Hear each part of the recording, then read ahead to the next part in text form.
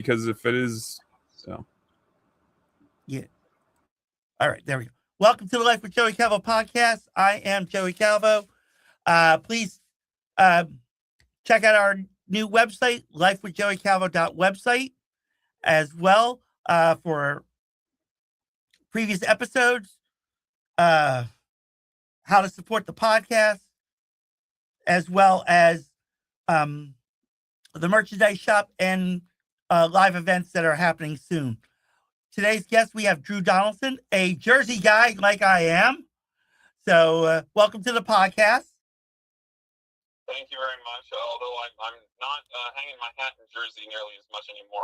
I'm in central Pennsylvania at the moment. Oh, well, we're going to get to that in a moment. So explain to us, Drew, how you got to where you're at right now. Through chance, luck, and coincidence. I never ended up, I never planned to have the career I had. I think every step of the way was kind of just I took the right detour at the right moment. I started my career in film and media production. I worked on television shows and audiobooks. And actually, my first media gig was working in radio. So I recognize that console behind you. I have many hours behind or just like that. Yeah. And so I started there and then worked in film and television, advertising. And when I was in the production world, I just realized there was no money in it unless you knew somebody or you're part of a union, which I wasn't a part of either.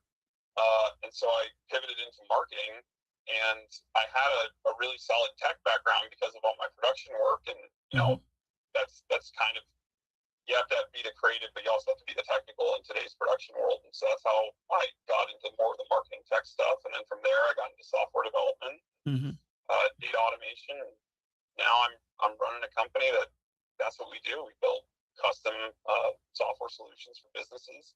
Okay. And we're experts in agentic AI. Okay. Explain about Grow House. Yeah, so Grow House was the marketing firm that I started in actually right before COVID. And I ran that business until December of last year. Over the last year, I saw the writing on the wall with AI. We as marketers, you always compete with overseas labor. And that's challenging. That adds a real strain to the business and what you're able to charge for your services. But I was okay with that because we could beat overseas talent like agencies because we were just better at what we do. And we had more credibility, and a lot of people don't want to hire overseas marketers. So we were somewhat insulated from that threat. When AI started, really the agentic turn became, okay, now this thing can do things for you. You don't need to prompt it every day for a blog. It can write a blog for you every day. And you don't have to hire a video crew. You can have an AI create a video for you. Whether quality, regardless of quality, that was the moment I knew, okay, this is the kind of competition that is not going to be a fair fight at the end of the day. And marketing is too simple of a practice in a lot of the things people, the things people buy off the shelf for marketing are all the simple parts. It's the back end stuff that's really complicated. And so it's very hard to convince somebody to pay you twice as much as a robot when they don't understand the back end cost and the back end labor that has to go into some of those executions. So I saw, this is kind of the way the world is moving. And so we had done a lot of go-to-market engineering and a lot of engineering work for our clients over the years. And so we pushed the creative to the background, the more traditional kind of marketing practices, and we really focused on doing more custom engineering work. And that way we kind of ran in stealth mode all of last year, recruiting clients, building tools, building applications. And then at the beginning of this year, we fully transitioned over to that model. Grow House is actually still living on. Two of my current staffers are going to be taking over that business and kind of trying to breathe new life into it. And so I'm kind of staying on as a silent partner in that. But, it was the kind of thing that I saw an opportunity. I wanted to go for it. The team I had built at that company wasn't really ready to make that jump. because they're all marketers, and this is a very different thing. And so it made more sense to give them a run at it and see if they can make it a success than to just close the doors and, end the story of the last 5 or 6 years of working on building that business. Okay. So you're now doing AI work in reference to this company that it's called Automata Intel. So I'm going to give you a scenario.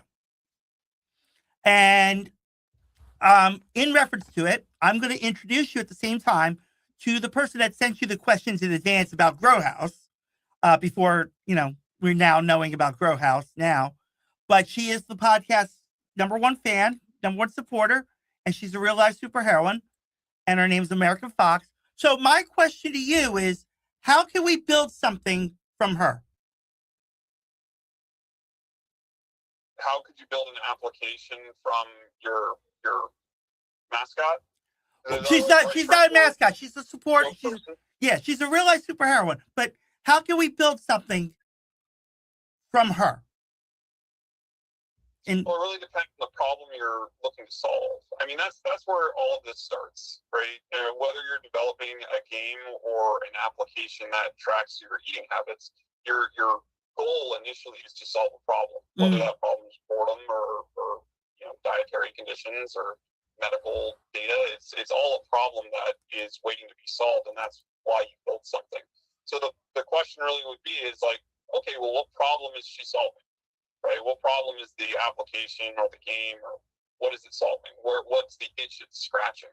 So that's where I would start with it. I think the wrong way to look at it is to start with, hey, I wanna turn this idea or this brand into an app, because doing that, it's not going to have any real utility to the audience. Right. The better way to think about it is, well, how do I provide value? And this is the kind of thing I used to preach to marketing clients all the time. It's like, it's not about the product you sell, it's the value you provide. If you don't provide any value, then you don't have any place in the market. So what's the value that if having her as a real life superheroine, supporter of the show, what's the value does that provide to the audience? Right. How could she provide value to the audience? Well, if we turned around and made a game off of her, like some of these others, and we create villains for her to fight, like the old, if you remember, back in the, with Atari and Nintendo and all that, you had the like Street Fighter type. Something like that. If we created a game with American Fox fighting different types of villains, how can we look at it that way? No, I mean, that's like, fighting games are a very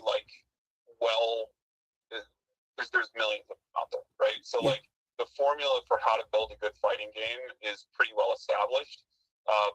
The difference between application development, which is what we primarily do in game design, is that the amount of art and creativity that has to go into game design is unbelievable. I mean, can you get AI to do a lot of that for you? Yeah, you could, but is that ever going to beat some of the handcrafted stylings of your latest Mortal Kombat release? Not currently.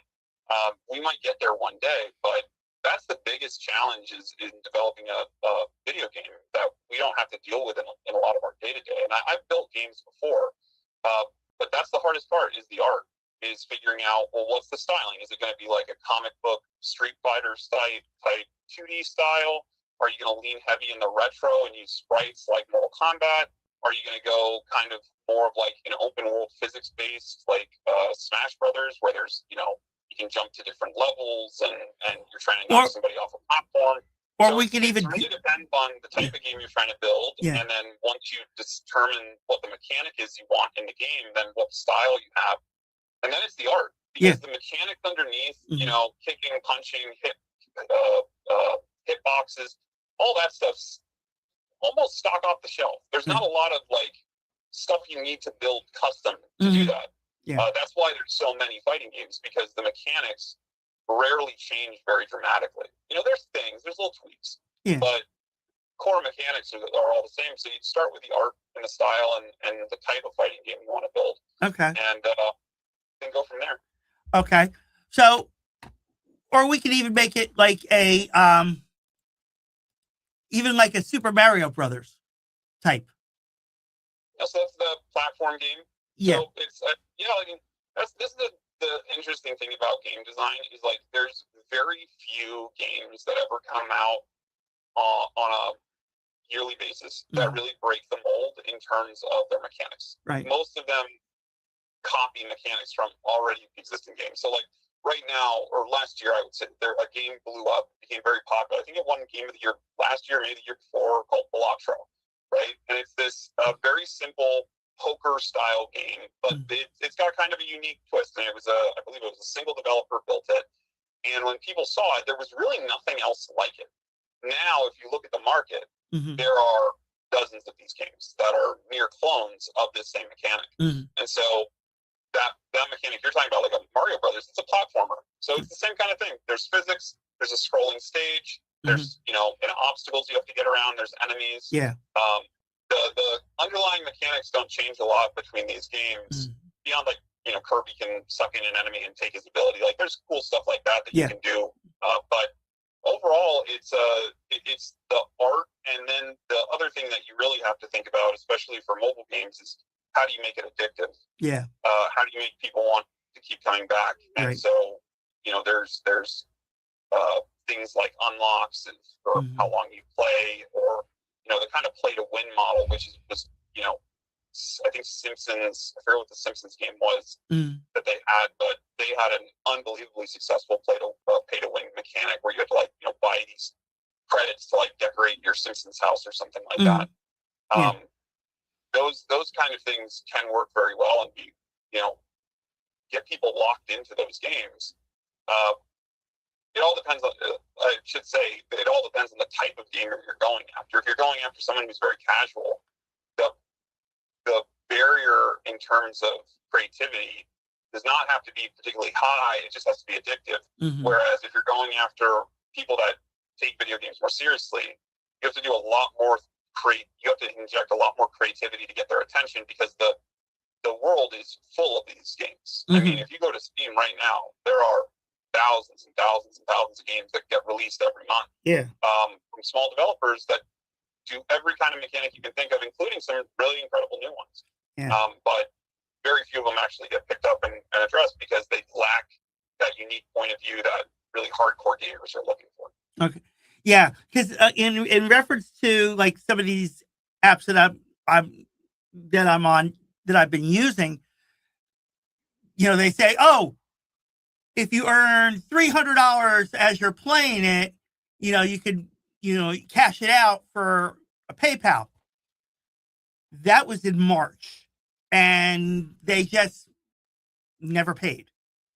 And then I got it. I was like, all right, give them a little time. I did send them some feedback saying, listen, this isn't working. You say you're going to pay it when it hits $300, and it reached over 300, and I put the request in, and I didn't hear anything from you about, and even when I went back to the app recently, it was saying processing. It was still saying processing, and this was back in March that I put it in. And then I did one for 500 in May, and it's still saying the same thing, processing. So I was like, I stopped playing it because it's not living up to its terms. Yeah, I mean, the reality is that they've already made their money on you, whether you paid for the app or they inject ads into it or they sell your data, the tracking data for when you're using the app. They've already made their money, and they're probably, the app you're on is probably one of a dozen that they develop that are nearly identical but targeted to different markets. Yeah. So it's just one of those things that unless, like, any app that promises to send you money is most likely a scam unless it has MGM, Caesars, a major casino tied to it, Penn Gaming. Like, if it has a major casino tied, well, then by law they have to do those payouts. Right. But those, random apps that say they're gonna pay you if you spend so much time in the app. I wouldn't trust any of them because at the end of the day, if you're not paying for it, with cash, you're paying for it with something else, and most people don't realize just how much data these apps can collect. Okay. And it's not limited to just what you do in the app. All right. If you give permission, it can see everything on your phone. It can see every email you send. Yeah. A lot of people don't pay attention to permissions, and so they'll download a free app because, hey, it'll send me $100 every week, not realizing that one, they're not going to get the money, and two, all their data is being vacuumed out of their phone wholesale and then sold to the highest bidder. Great. All right, so let's get to the questions from American Fox. So the first, like I said, all these questions that she has are practically from Grow House in reference to it, but you can blend it into the new company if you can. So the first question she has is how did Grow House help entrepreneurs who are in the process of trying to get funding for a startup business? So that's not our business at all. We work with post-funded entrepreneurs. So that you would need to have the funding initially. You'd have to have realistically, you have to have clients before we would be of really any help to you, because the process of marketing is expensive and it has to cost money. There's very little you can do to market your business that's genuinely free. That's not exceedingly slow and hard and miserable. Okay. And that's the sad truth is your options, if you don't have any money to market a business, are very, very slim. Yeah. Beyond cold calling, emailing people or messaging people on LinkedIn, maybe sending out some cold emails, which you shouldn't do from your main domain, but when that's the only domain you have, you got to do what you got to do. Yeah. And doing the kind of Facebook group strategy where you kind of befriend an admin of a group where your prospects are hanging out and see if they'll let you promote yourself after you've been helpful for a while. Yeah. So there is a big hill you have to climb before you ever start thinking about working with a marketing company. And some people don't have to climb it, right? Some people have trust funds and inheritance, and they get a big tax refund, and they have the money to actually pay people to do the marketing for them right out of the gate. And that's kind of the cheat code.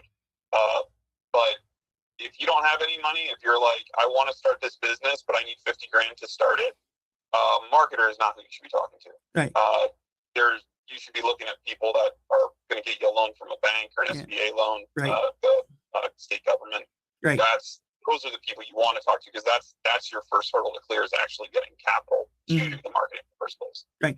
Well, when she wrote these questions, she had me in mind, so that's why she asked that.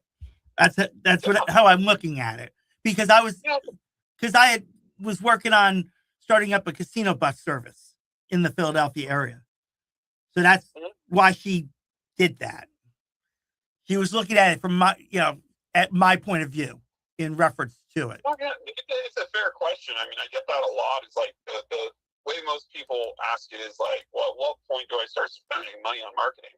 And the reality is like, as soon as you can afford it comfortably and still pay all of your other bills. Like there's a very good reason why marketing is the first thing companies cut, because it's something they can usually survive without if they already have clients. Okay. If they don't have clients, it's the last thing they should cut, because it's the only thing that could possibly bring them in clients. So it's a very fair question, but it's one of those things that early on in my career, I tried to work with a lot of people that were pre-funding that just had ideas. And the problem I ran into was that most people are too lazy to actually do the really hard work it's going to take to get to the point where you have clients, your first set of clients, or if they're not too lazy, it's just too much work for them. Like it's not a matter, like they just don't have the time. They have kids, they have another job, they can't dedicate the time, and they don't have the lifeline in terms of cash flow to pay for their bills while they spend all their time on this. Right. So that's kind of the hard breaks of marketing, is like you have to do it yourself, and you should do it yourself for as long as possible until it becomes the thing that is preventing you from growing. Like when you are spending so much time serving customers that you can't market your business, that's really the ideal time to bring on a marketer. Okay. Because that's when you need it the most. Okay. All right. So the second question she had is, are your clients international as well? Occasionally, in the marketing world, never, because marketing is something that in foreign countries there are. So marketing has a couple of challenges internationally. So the first is that different countries, different cultures, marketing works a little bit differently. And unless you have a local person from that particular culture who understands that culture and understands what marketing is going to best connect, it's very challenging to run an international marketing company. Okay. Which is why you don't see a lot of international marketing companies, right? They're just it's very challenging, and even the advertising firms, if you'll notice, BBDO will have BBDO Argentina. They're not serving them out of their New York office because Argentina is a completely different culture, completely different media landscape, and they need someone on the ground. In app development, I'll say this first. The other challenge is local regulation. You can say things in ads in this country that you can't in other countries, and vice versa. Right. And knowing what you can and can't say, that is not going to get your client in trouble, because a lot of times the clients don't know what they can and can't say, is a liability that I just never wanted to take on. And so international clients were kind of a no-go for marketing. Okay. App development is a little different, because the way we build most of our stuff is once it's built, it's our client's responsibility how they use it, and to be, compliant with any local laws regarding the data that those apps generate. So if they're in the UK, for example, they're under the GDPR, and then I think there's also a UK law that's like a companion piece of that, that they have to essentially comply with in terms of data collection and organization and management, cleansing, all of that. So if they don't do that, that's not on me, that's on them, because I've built an asset for their business. It would be similar to if Lamborghini built a car for a CEO in the UK, and then he does 120 down a country road and gets pulled over. Well, Lamborghini doesn't get dragged into court and was like, well, why did you buy him? Why did you build him that tool for that car? It's the same kind of thing with me. Is once we're done building the application, we're out of there. We're no longer involved. We're no longer liable. Our app can't, in and of itself, get anybody into trouble. We don't build, scam apps or apps that are designed to commit fraud. We don't even work with like crypto apps for that reason, because it's just too risky of a business. So in that way, I can work internationally, and the only real barrier is language and technological culture. So this isn't talking about like the different culture between a German household and a Sudanese household. This is talking about the guy in Germany is going to have a different level of technology and internet and experience with technology than the family in Sudan is going to have. And because of that, it creates a little bit of a barrier between what you can develop and what you should develop for those specific audiences. That's not to say there's not, people in Sudan that are unbelievably talented or skilled at technology. It's just to say the technological culture of a country is what determines how an app should function, beyond just the standard best practices of app development, like where you put the menu button and how you structure an application for Android or iOS. Okay. All right. So the third question she has is, does being in Pennsylvania offer any advantages? Well, I mean, it is the best state in the country, so there's that advantage. It really is just beautiful here. I grew up out here. I moved to New Jersey when I was 10 and lived in New Jersey until I went to school pretty much. And so I've lived in both places. My family's in New Jersey now, but when the opportunity to buy a house came up, the quality of life here is just better. It's more peaceful. There's less people. It's just great. We have every type of outdoor activity you could possibly imagine. We have one of the best, believe it or not, one of the best scuba diving training facilities in the country is 5 minutes down the road from me. And I kid you not, 5 minutes down the road, and massive, world famous scuba divers come here to train. And so it's just kind of like in the heart of everything. Like, if you want to go to the mountains and hike, we have that. If you want to go to the beach, we have lakes. We're not that far from Jersey, so if you want to go to the shore, you could make it a day trip or a weekend trip out there. Yeah, it's just great. It's a great place to live. Plus, we have Hershey chocolate, which. Oh, so you're out. All right. I've been to Hershey Park, just to let you know, but that was, oh my God, almost 40 years ago since I've been to Hershey Park. So, and I live in Philadelphia now. And I've lived in Philadelphia for almost 25 years. But only because of marriage at the time, in reference to why I'm here. I mean, I grew up in New Jersey. I grew up in New Brunswick. So, I mean, I had Rutgers University and stuff. And I went out to Raritan Valley Community College for some college, and then switched over to business management in reference to Berkeley and Woodbridge, and then up in Patterson in reference to that. So let's go back to the AI, and I'll give you another scenario that we can work on very quickly. This podcast. How can we make this podcast a very interesting app? So it would be, again, it all goes back to the value. So what value are you trying to provide? What is something about the podcast or about your perspective that your audience shares that would be of value? So, like, I think that people a lot of times try to take an orange and turn it into an apple, right? Instead of trying to just pick a really good apple, right? So, like, this is a great example of this. Yeah. We live in kind of a rural area, but we have a very high-tech 911 center. The county got a grant from the government years ago. It put in this unbelievable 911 dispatch center. And it makes sense because we live in a big medical part of Pennsylvania. We have tons of doctors. Like, there's so many doctors here. You throw a rock, you hit 4 of them in the head, and they all see each other for the as clients. So it makes a lot of sense why we would have it. But one of the things that's really interesting is you have public dispatch logs that are available in real time. You can see when the fire department's getting sent out on a call where there's a fire, where there's a car wreck, right? So years ago, there was a guy before this was available who used to use a scanner, like a digital scanner, to go and pick up calls, and then he built an app just for our local area, just for this county, so that you could see when calls were coming up. So when you heard the siren at the firehouse, you knew what they were up to. Right.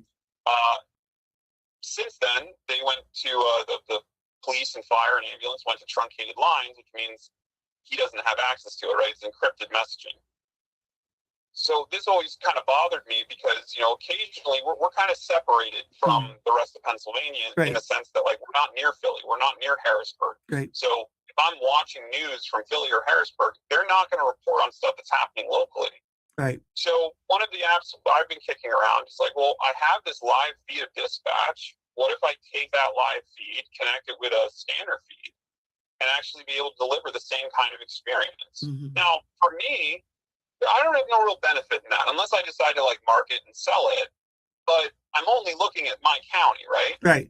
But I could take that app and I could go to other businesses that either support the firemen or the police, or maybe have an interest in the area, or maybe are an insurance company that wants to sell auto insurance. And I could say, hey, I built this app. You should put your brand on it. And then you can provide it to your customers because it enhances the value that you then provide. Right. Hey, I'm like, let's say you sell home insurance. Hey, do you want to make sure that, you get fire alerts and natural disaster alerts like the quickest? Well, you should use our free app. Here's how you download it. It's available in the App Store. And then when they sign, whether they sign into it or just freely available, every time they open that app, they see your brand across the top. Yeah. So that's what I'm talking about, looking for the best apple and putting a price tag on it rather than trying to convert an orange into an apple. Okay. Trying to take your podcast and turn it into an app is a mistake that hundreds of podcasters have made, because they all think, well, if I just had an app where, like, people could download to listen to my podcast, like, that would be the secret sauce. That's not the secret sauce. Okay. Because it's predicated on the idea that people want that, which is probably not what they want. What they probably want is something very simple that you could put your podcast name on, something that interests you, and that right there would become the value that app then holds. And it could be great. It's great marketing too, because if you provide enough value outside of your audience, then people find out about your show because they downloaded the app. Okay. So it works in the inverse as opposed to the way you're trying to say, well, how do we turn this into an app?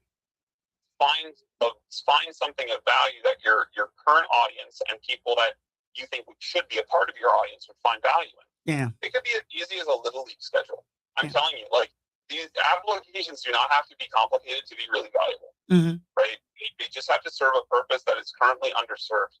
Mom groups, like, this is such a ripe audience, and I don't know if that's a core demo of yours or not, but like, moms have a really hard time finding each other, a very hard time, right? Because they can go on social media, but they're going to see people from all across the country. And if they go on Facebook, they're mostly going to see people that are in dead Facebook groups that don't post anymore, or people that they're already in their network that they know.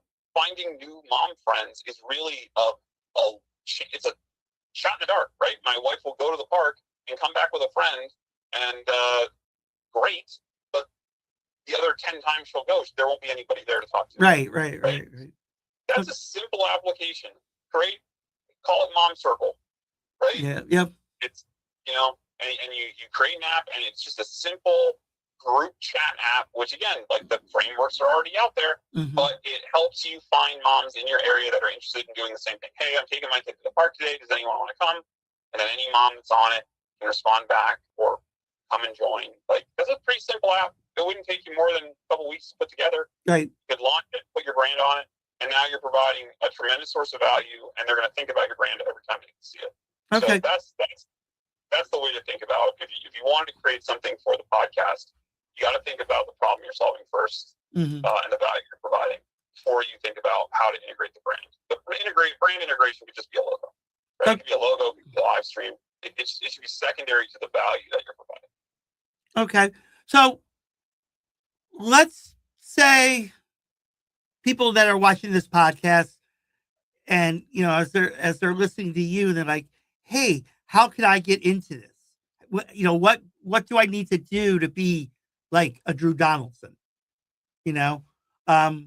What's the best advice you could give to somebody who would be interested in what you do?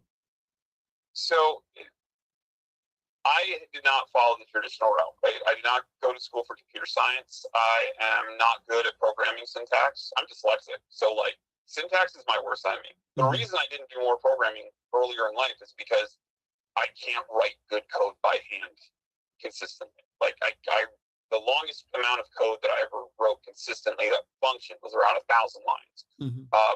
Other than that, I've written smaller stuff. I've written pieces of stuff. I know how to code. But when it comes to the syntax, like, it falls apart. The AI advent here, right? Like, where AI is now has now made it so that the syntax is far less important, and you can still build incredible things without having to handwrite it.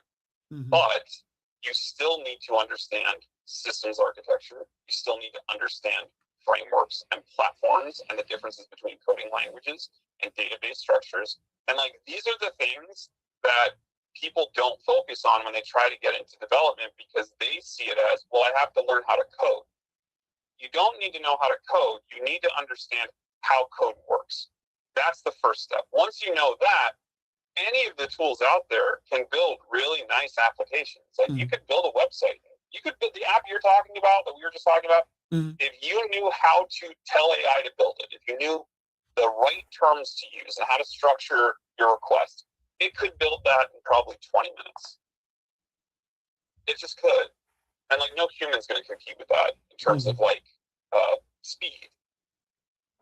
Functionality is where things start falling apart, because if you don't know how to prompt, if you don't know what you're asking for, if you just say it doesn't work, fix it, and you can't help but debug things, then you're not going to go anywhere with it. It's going to be another hobby you spend a lot of money on and don't really go. But if you're actually interested, it's the systems architecture, it's the frameworks, it's the databases, it's understanding how programs actually function, how the ones become zeros, right? That's that's the stuff you have to learn. And then once you understand that, I would say behavioral psychology is like the number two, because you need to understand how people use applications. There's like, you don't know it, but when you go to a website, there are certain things you expect, and if you don't see them, it freaks you out and it annoys you quicker than anything else, right? If you go and open an app and you can't find the menu because it's not in the top right corner, that will drive people crazy, right? So like, there's behavioral components of this, of how you need to design apps so that people can navigate their way around it easily. And a lot of people will build an app that's just for them, and they put all this stuff in the place that makes sense for them, but it doesn't make sense for everybody. It only makes sense for them. So like, there's a lot of compromise in app development when you're building for a large audience that you have to take into account. I think the other thing is like, start small. Is like, don't try. The first application I built was an API connection between two pieces of enterprise SaaS software, right? Like, I didn't start by building an entire platform that integrated 5 different AI agents and had them work together to solve a problem. Like, that came a decade after, right? It's more important to start small and manageable and actually ship product than just consistently start new projects, get to a point where you get stuck and then give up. And then I think that's the last piece of advice is like, you are going to get stuck. It's just going to happen. Instead of giving up, try to figure out why you're stuck. Because if you can figure out why you're stuck, you can get yourself unstuck. But most people don't do the effort. Most people can just get stuck and they're like, well, that's never going to work. I'm going to do something else. And they don't learn anything. And so they end up repeating the same mistakes again. And it could be as simple as using the wrong coding language. It could be as simple as using the wrong framework. It could be as simple as, hey, there's already an open source project that does 99% of this. You should have just cloned it, rebadged it, added the features you wanted to add, and the thing could have been done. And instead, you're trying to reinvent the wheel. And it's not going anywhere. So I think that's the biggest thing. Is like, you just have to have, you don't have to be a coding wizard to be good at development. You have to have time on the field, and you have to understand how this stuff actually works, not how to write it. How to write it's, I mean, in the next 10 years, that's going to become less and less important as we go on. And if you believe Elon Musk, there's a point where they won't even write in programming language anymore. They'll write pure binary, where humans won't even look at the code because the AI will be so smart it won't need a coding language to interpret it. So, yeah, that's what I would say. Okay. It's not easy. Like, this is very technical, complicated, like, boring work. It's not like boring in the sense that, like, if you start reading about this and you're not into it, you're going to know. Like, it's not exciting if you're not really into it. And so I would take that cue, is if you think this is something you're interested in, go do the actual, like, research on systems architecture. Understand what that even means. Okay. Right? How is it built? And then if you're still interested, then go deeper. Go into database structures and schemas. And if you're even more interested, then like keep going, keep pushing.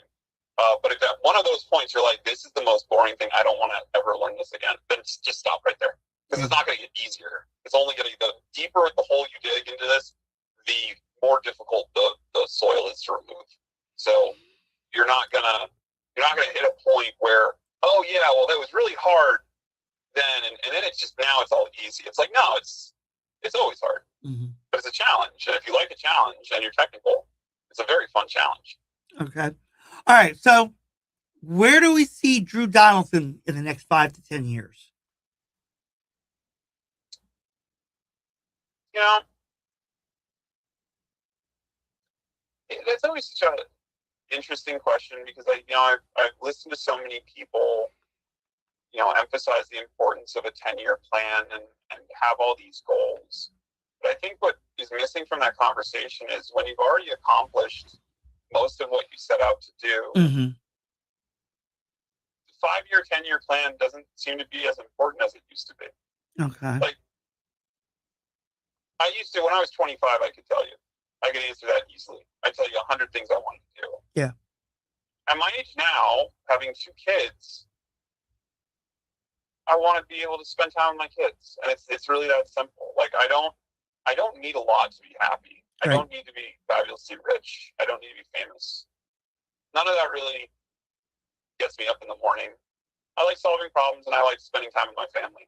It's pretty simple. So like, when you think about 5 years, it's like, I don't know, maybe if you ask me about retirement, what would I like to do in retirement? I'd like to travel around the country in an RV. I think that'd be really fun. I see people doing that now, and I'm always jealous that I'm getting to travel around like that. Yeah. But in terms of 5-10 years, I think doing what I'm doing now, I like what I do. Okay. I don't have it's not the kind of career that I'm trying to escape. I already got through that phase. I went through that phase in my 20s. Like, I did a lot of grunt work for unappreciative people, and worked a lot of jobs that I wanted to get out of. Now I'm at a point where I'm just like, man, if I could just do this for the next like 5 or 10 years, I'd be totally satisfied.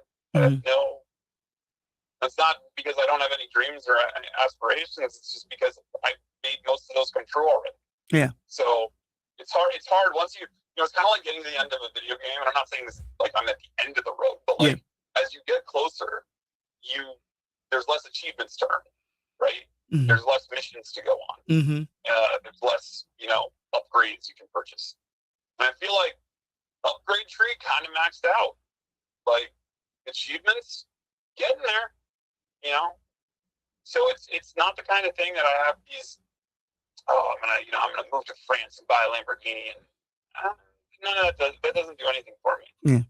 My happiest would be like, man, one of my apps goes like super viral. Yeah. And like, Anthropic buys it for $1 billion, and then I get to like retire on a boat. That'd be cool. Yeah. But it's also not really a goal.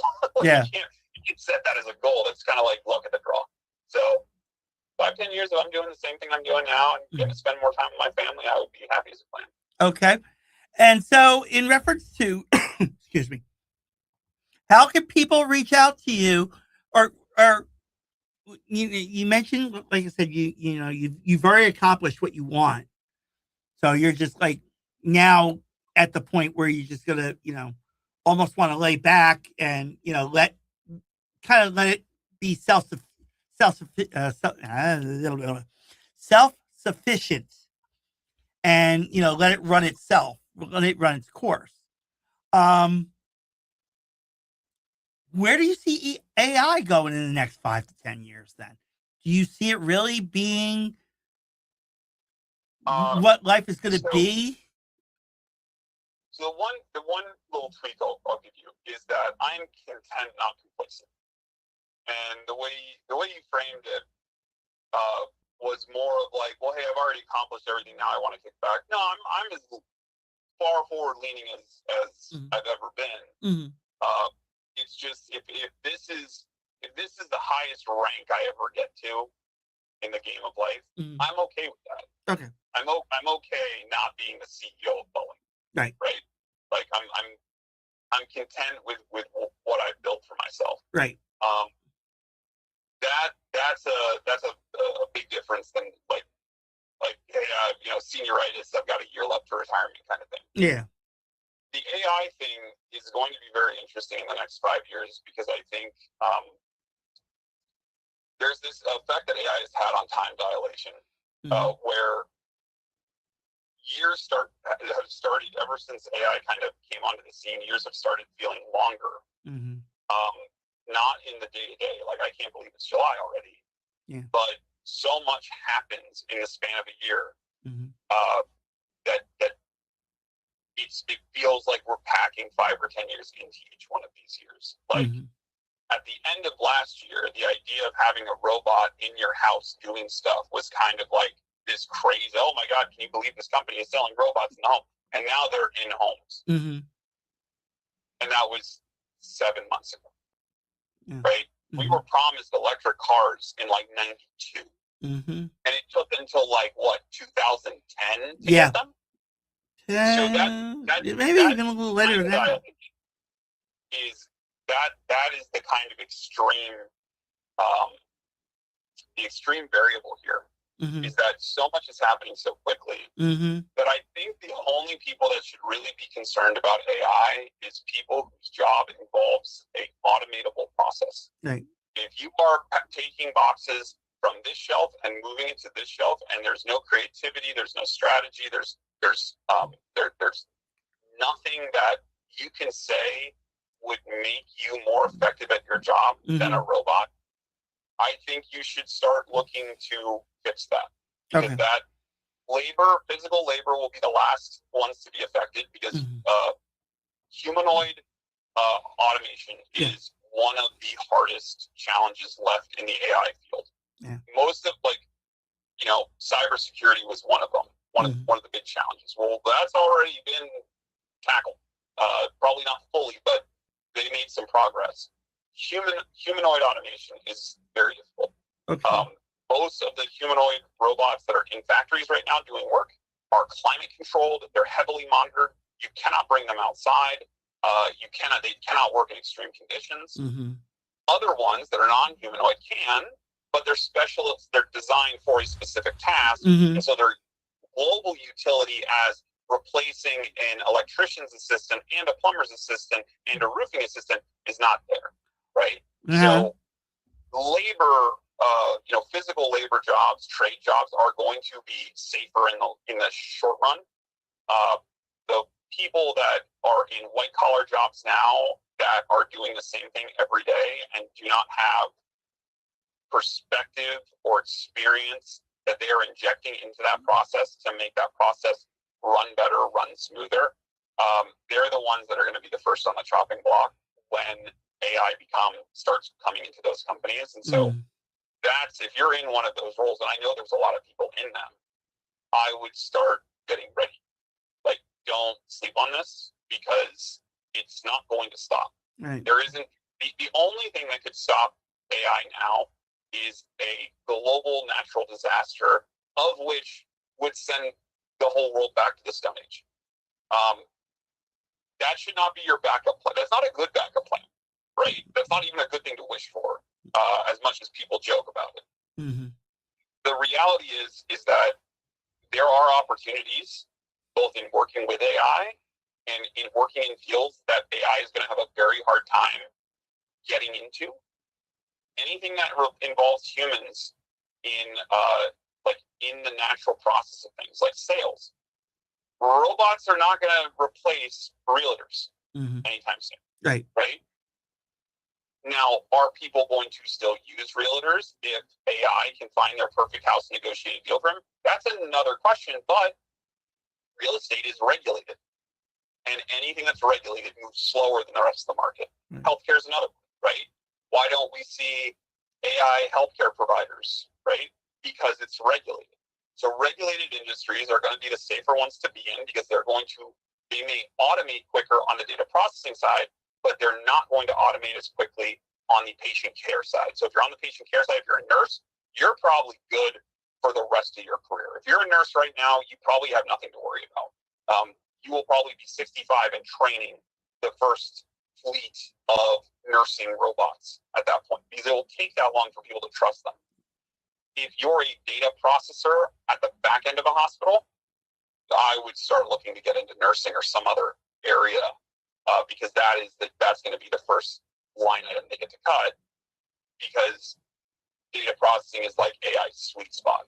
It's what AI does best. So that's kind of the breakdown. It's like if human connection, if relationships, if empathy has anything to do with your job, you're probably safe for the time being, because a robot without sentience can't do that, right? It is purely transactional in nature. If you're not doing that, if it's something that you're already using AI to do your job, so you don't have to do it, that's a warning sign for me. Okay. Like, the other piece that I think is riskier, but for some people it might be the right path, is anything creative. AI can't be creative. It can't be. It is a probability machine. It does not create anything. It generates. And there's a big difference between generation and creation. Creation is a new idea born out of nothing, right? Or born out of a collection of different things, but the idea itself is new. It's wholly new. It might be inspired, but it's new. And that's not how AI works. AI creates the lowest common denominator from whatever inspiration it pulls from. So if you say, build me a dog or build me a website for a dog walker, it is going to look at the 1 million dog walking sites it's ever crawled over and has in its library, and then give you a sum of all those parts. That's not creation. That's just math, right? Mm-hmm. So, like, if you are truly a creative person, you can. It's still an area that, even with AI music becoming more popular and AI being used in video, there is still opportunity there, and you'll actually likely see a creative renaissance come out of this. In the same way, indie music had a creative renaissance following the pop fad of the early 2000s, late 90s, early 2000s. Mm-hmm. That's the way creativity works in our marketplace. Is the market gets saturated with low quality trash, and then the actual talented people start becoming more in demand because people are tired of eating frozen dinners, right? They want the good, the good meal, the Rachel Ray meal. They don't want the Hungry Man meal anymore. Right. And so, if you're a creative person, like, I would not give up on your creative endeavors at all because of AI. I would learn how to use AI to expand your creative endeavors. I would not be like, well, AI is just, there's no purpose in me taking photos anymore or me doing this because, AI can do it. I actually think it's not for everyone, and not everyone will be successful at it, but there's still a lot of space for creativity in the human culture, and that's not going to change. Okay. So that's kind of my perspective, is like the white collar. If you feel like AI could do your job, if you like really step back and like put your ego to the side and be like, do I think an AI could do my job if my boss decided to? And the answer is yes, then I would start trying to fix that problem. I would start looking for a different area of work that is less easily replaceable. If you say no, then you're probably safe. If you can truly put your ego aside and be like, no, there's no way, because an AI isn't going to be able to schmooze the way I schmooze, or care the way I care, or have the patience that I have, then yeah, you're probably fine for the time being, for probably the next 5 or 10 years. After that, who knows? But I think we're going to hit a plateau here pretty quickly where things slow down a little bit. Okay. Not for the next year or two, but maybe 3 years from now, 4 years from now, I think we're going to start seeing a little bit of a plateau. Okay. We have a couple minutes left. First thing I wanted to say is, in reference to the robots, we actually have, no lie, in the city of Philadelphia, up and down Walnut Street, especially at night, we have the little Uber robots now, the delivery robots. So, and they're actually fun to watch sometimes, because they're coming up to you, and all of a sudden, like, they have, they're flashing their little eyes, on the screen, and then all of a sudden you see the little red heart eyes out of them, like being nice and all that. But in reference to it, and I've seen 2 of them, like, at one time now, which was recently. And I try to, like, the only question I try to figure is, how are they being really controlled? But I did find one robot, unfortunately. How can I say this? If there was a murder rate, like there is, like homicide, homicide count, one of these robots has already been homicide, has been, they went right, they just like took the front of the robot out, like the face part. So, and I walked by it, it's, standing there, and I'm like, oh my God, somebody got to it. So, but that's, I'm seeing, how AI is really taking that effect now. You're seeing it in the robots, like you said, in reference to, extreme weather and stuff. I mean, I've seen them in 90-degree weather already,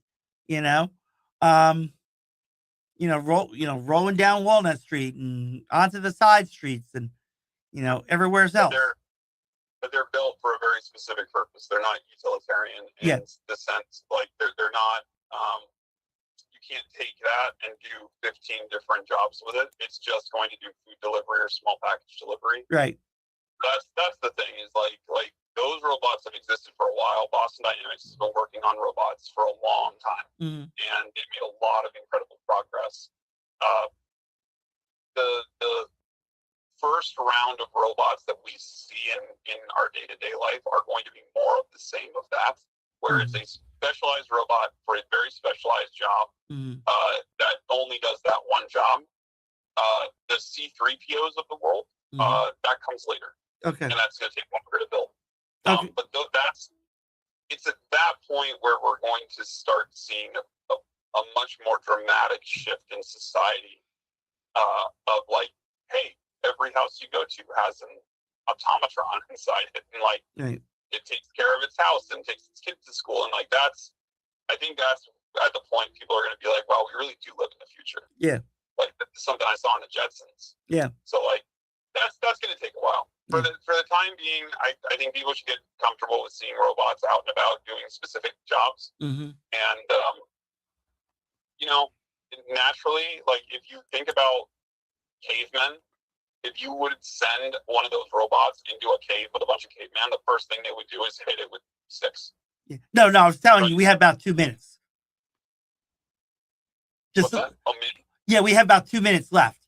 So I'm sorry to have cut you off in reference to it. But I was just letting you know you had 2 minutes. That's why I did that. Oh, okay. No, I can wrap it up here. I mean, it's essentially like new technology scares people. It irritates people. People are when people are frightened and they don't know what to do, they often act out in violence, and that's why some of these guys get tipped over and bullied, and that's just the way of the world, right? There's not really much we could do about it, and if you try to give them rights, that's going to open up a whole ball of wax that you're not going to want to deal with. Right. So I think like the reality is Uber's already accepted this. All the scooter companies that did the electronic scooters, they all had to accept it before Uber even did. Okay.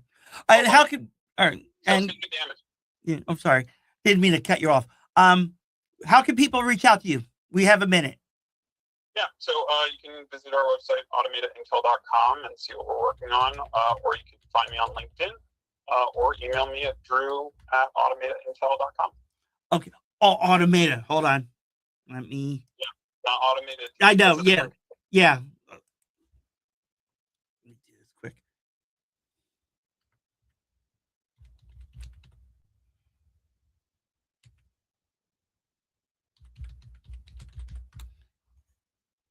There we go.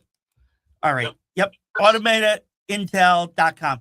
And check it out and reach out to Drew if you're interested in even wanting to, be part of this, or you have an idea for an app, you want to run it through him and see if it's really worth the process of getting it done. Check him out. And Drew, you're welcome to come back on at any time. So, and I thank you so much for being a guest on the podcast, and dealing with the we actually had some technical issues in reference to this podcast, but we managed to work it out the best way possible, which was great. And so, Drew, thank you so much again for coming on. And thank you, everybody, for watching the Life with Joey Calvo podcast. God bless you all. Have a good one, Joey. Yep.